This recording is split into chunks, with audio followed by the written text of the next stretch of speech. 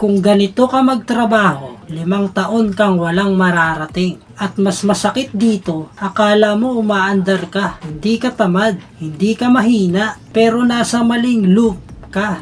Ito ang dahilan kung bakit maraming tao ang masipag, tahimik at seryoso, pero pareho pa rin ang buhay after years. Hindi sila natalo ng ibang tao. Natalo sila ng sarili nilang sistema. Sa video na to, ipapakita ko ang loop na yan at kung paano ito puputulin. Walang motivation, walang hype, fact lang.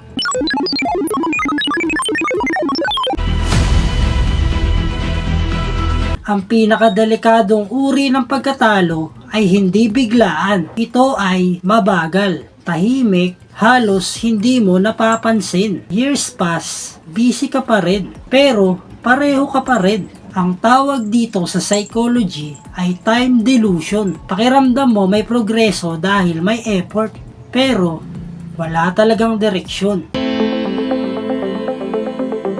Sa behavioral economics, ang tao ay overestimates short-term effort at underestimates long-term consequences. Kaya konting effort, feeling mo malaki. Pero 5 taon, hindi mo iniisip. Kaya ang resulta, inuulit mo ang maling system araw-araw. May algorithm din ng totoong buhay. Input, system, time, equals outcome. Kung mali ang system, kahit mataas ang effort, kahit mahaba ang oras, mali pa rin ang kalalabasan. Hindi ka minalas, mali lang ang system mo.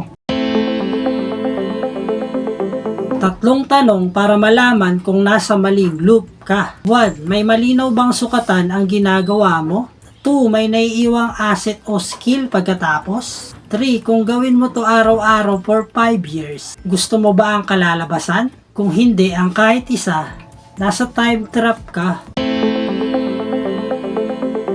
Maraming tao natatakot sa failure. Mas dapat silang matakot sa slow failures. Yung walang bagsak, walang gulo, pero walang nangyayari.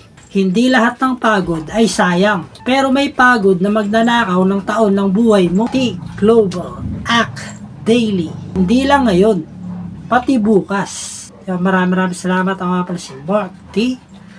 Like, comment, and subscribe.